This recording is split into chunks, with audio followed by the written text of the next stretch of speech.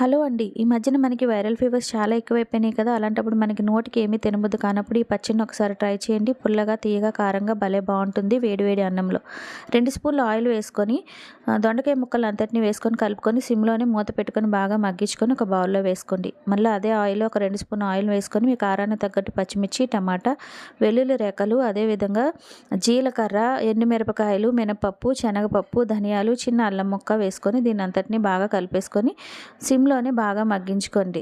ఇదంతా చల్లారిన తర్వాత చింతపండు కూడా వేసేసుకొని మిక్సీ జార్‌లో వేసుకొని తగినంత ఉప్పు వేసుకొని దీన్ని అంతటిని మెత్తగా గ్రైండ్ చేసేసుకోండి. తర్వాత దొండకాయ ముక్కలు వేసుకొని 1 స్పూన్ పంచదార వేసుకొని లేదా చిన్న బెల్లం ముక్క వేసుకొని బరకగా గ్రైండ్ చేసేసుకొని ఆవాలు, జీలకర్ర, ఎండుమిరపకాయలతోని తాలింపు వేసుకొని తిరగమూత వేసుకుంటే జ్వరానికి, నోటిగా తినడానికి ఎంతో బావుంటుందండి. ఒకసారి ట్రై చేయండి. తప్పకుండా నచ్చుతుంది మీకు. ప్లీజ్ నా ఛానల్ అయితే సబ్స్క్రైబ్ చేయండి. నన్ను నా ఛానల్‌ని సపోర్ట్ చేయండి. Thank you.